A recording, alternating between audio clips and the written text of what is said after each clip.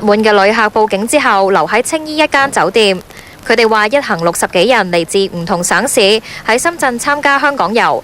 朝頭早喺酒店集合，準備出發去澳門嘅時候，發現旅遊巴座位唔夠，要分2批出發。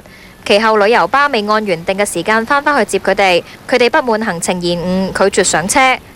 晚了那麼多，然後態度那麼不好，然後你們沒有一個人說導遊下來說安撫一下剩下的人，就給我們扔在停車場，老人孩子就那麼撇着啊，心裡非常不舒服。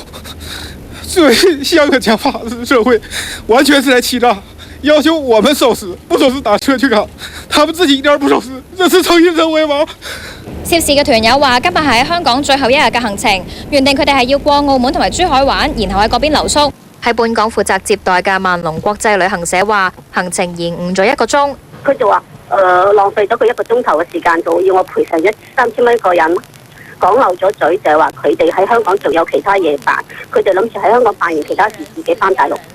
旅遊業議會了解之後，認為本港嘅接待社並唔係故意留低旅客。佢個要求嘅賠償係咪合理呢？佢要求因為個車遲咗，佢要求3000蚊賠償。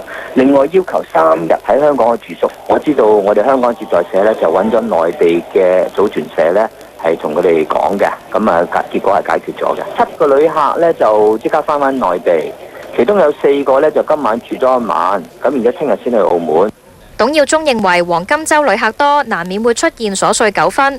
無線電視記者黃曉瑩報導。